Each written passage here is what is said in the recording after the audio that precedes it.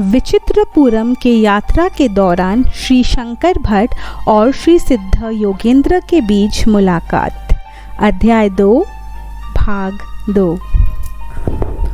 ओम श्री साईनाथाय नमः। धनंजय नाम की एक व्यापारी ने इंद्र द्वारा प्रतिष्ठित शिवलिंग पाया और कुलशेखर पांड्य नामक उस क्षेत्र के शासक को मामले की जानकारी दी। शिव की आज्ञा के बाद कुलशेखर पांड्या ने इसे विकसित किया और वहाँ एक शहर बनाया। उन्होंने शहर का नाम मथुरा रखा। शिव के उलझे हुए बालों से उत्पन्न वेगवती नदी मथुरा नगर को पवित्र कर रही है। उनके पुत्र मल्लध्वज पांड्या ने संतान प्राप्ति के लिए पुत्र कामेष्टि नामक यज्ञ किया। उस यज्ञ की विधि से 3 वर्ष की एक बच्ची कन्या के रूप में निकली। वह है मीनाक्षी देवी। उसने सुंदरेश्वर से शादी की। महाविष्णु ने स्वयंवर वधू को वर वधू अर्पित करने की रस्म में भाग्य लिया और बहुत ही भव्य पैमाने पर मीनाक्षी और सुंदरेश्वर के दिव्य विवाह का आयोजन किया। श्री सिद्ध योगेंद्र ने आगे कहा, मेरे पुत्र शंकर भट्ट, सृष्टि के प्रत्येक वस्तु से स्पंदन उत्पन्न होता है। इन विभिन्न स्पंदनों के कारण अनेक चीज़ों के साथ आकर्षण और प्रतिकर्षण होता है। स्थूल, सूक्ष्म और नश्वर शरीरों में अच्छे कर्मों के कारण अच्छे स्पंदन और पाप कर्मों के कारण बुरे स्पंदन उत्पन्न होते हैं।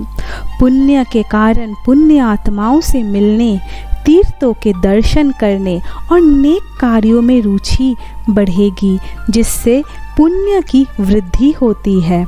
जब तक वह पुण्य नहीं बढ़ता और पाप कम नहीं होता, हम भगवान दत्त के प्रति स्थिर भक्ति नहीं कर सकते। समय संचित गुण दोष या अन्य कारणों से अनेक प्रकार की घटनाएं घटती है।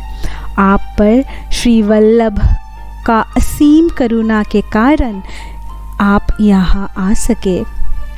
धनंजय व्यापारी, जिसने कुलशेखर पांड्या को इंद्र द्वारा स्थापित शिवलिंग के बारे में जानकारी दी, उन्होंने महान योग्यता प्राप्त की।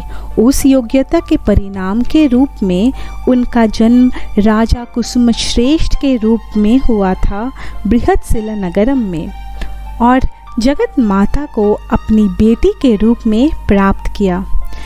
विरूपक्ष नंदीश्वर के अंश के साथ अंबिका के भाई के रूप में जन्मे थे। श्री भगवान दत्तात्रेय ने विरूपक्ष में उनका एक अंश रखा। उनके द्वारा दिए गए वचन के अनुसार अंबिका बृहत्शिला नगरम में जन्म लिया और उनका नाम वासवी रखा। केवल ज्ञानी ही जानते हैं कि श्री वासवी कन्या का परमेश्वरी स्वयं अंबिका थे और श्रीपाद श्रीवल्लभ अवतार दत्तात्रेय स्वयं भगवान नारायण थे। सावन के महीने में पूर्णिमा के दिन अंबिका श्रीपाद श्रीवल्लभ को रक्षाबंधन बांधेगी। यह एक दिव्य रहस्य है। इसे आम लोगों के सामने प्रकट नहीं किया जाना है। ये मैंने आपको श्रीपाद श्रीवल्लभ के आदेश पर ही प्रकट किया है। उस दिन यदि किसी ने अंबिका के मंदिरों में या दत्त क्षेत्र में देवताओं के दर्शन किए तो उसे विशेष पुण्य का फल प्राप्त होगा। शिव और केशव अलग नहीं हैं। अगर कोई उन्हें अलग तरीके से देखता है तो उसे पाप का फल मिलेगा। एकादशी के दिन सभी पापों को भोजन पर त्याग किया जाएगा। यदि कोई उस दिन उपवास करता है और अगले दिन द्वादशी किसी अच्छे ब्राह्मण को भोजन कराता है तो उसे पुण्य की प्राप्ति होती है। यदि वह द्वादशी के दिन भी व्रत करे और फिर भोजन करा दे तो उसे सबसे अधिक पुण्य मिलता है। पुण्य के प्राप्ति के साथ साथ उसके पाप भी नष्ट हो जाते हैं।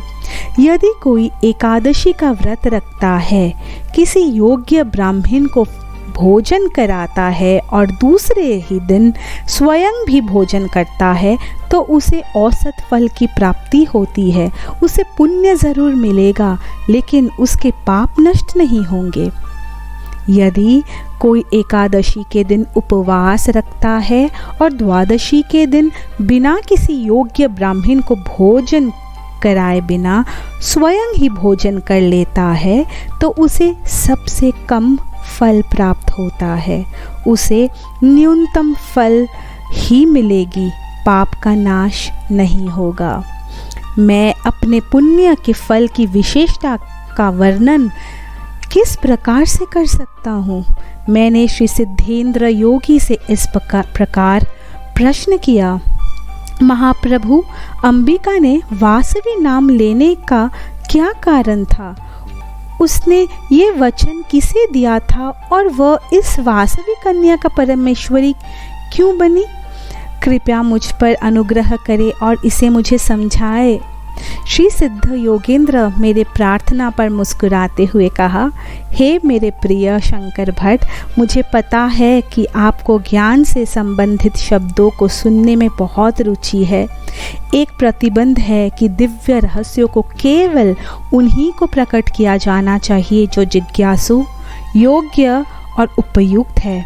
हमें इन्हें अनुपयुक्त, तर्क वितर्क करने वाले लोगों और नास्तिकों के सामने प्रकट नहीं करना चाहिए। दैव्य रहस्य और दैव्य नाटकों को दोष देना पाप प्राप्ति का कारण बनता है। श्रीमान नारायण का एक और नाम है उपेंद्र।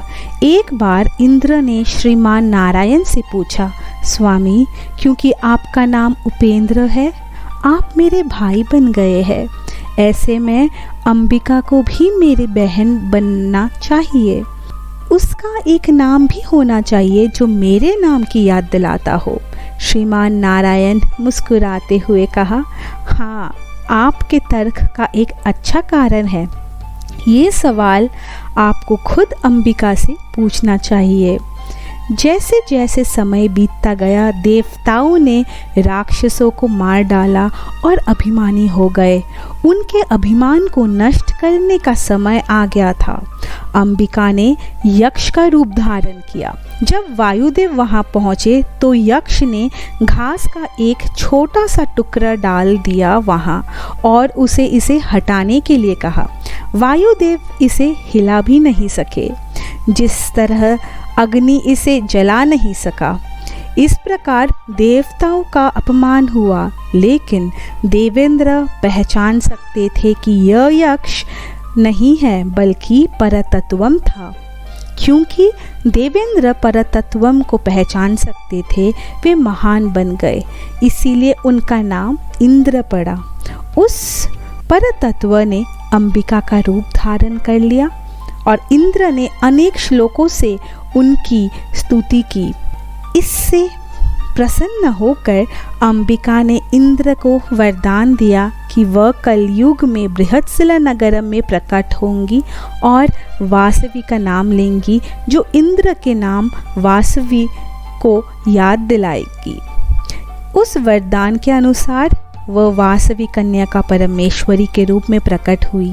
मेरे प्रिय, हर छोटे घटना समय, कर्म के प्रभाव और एक कारण के अनुसार ही होती है।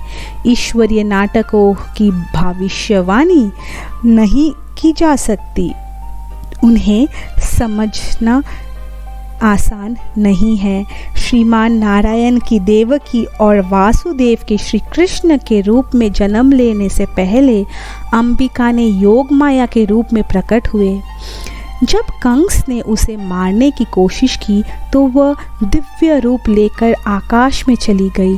श्री कृष्ण अवतार में भगवान को मामा का स्नेह नहीं मिल सका, लेकिन श्री कृष्ण वह स्नेह श्रीपाद श्री वल्लभ के अवतार में मिला।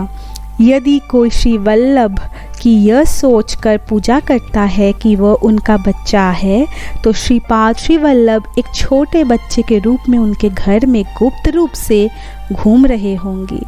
यदि कोई वासवी कन्या का परमेश्वरी को ये सोचकर पूजा करता है कि यह उनकी संतान है और स्नेहपूर्ण भक्ति दिखाते हैं, तो वह उनके घर में दिव्य बच्चे के रूप में गुप्त रूप से चल रही होंगी। शुद्ध हृदय वाले शिष्य उनके पायल की ध्वनि मधुरता से सुनेंगे। ये कलयुग का परम सत्य है, कोई संदेह नहीं होना चाहिए। अब तुम आराम करो शंकर भट्ट। श्रीपाद श्री वल्लभ का नाम सदा स्मरण करते रहना, अनेक जन्मों का पापों का नाश होगा।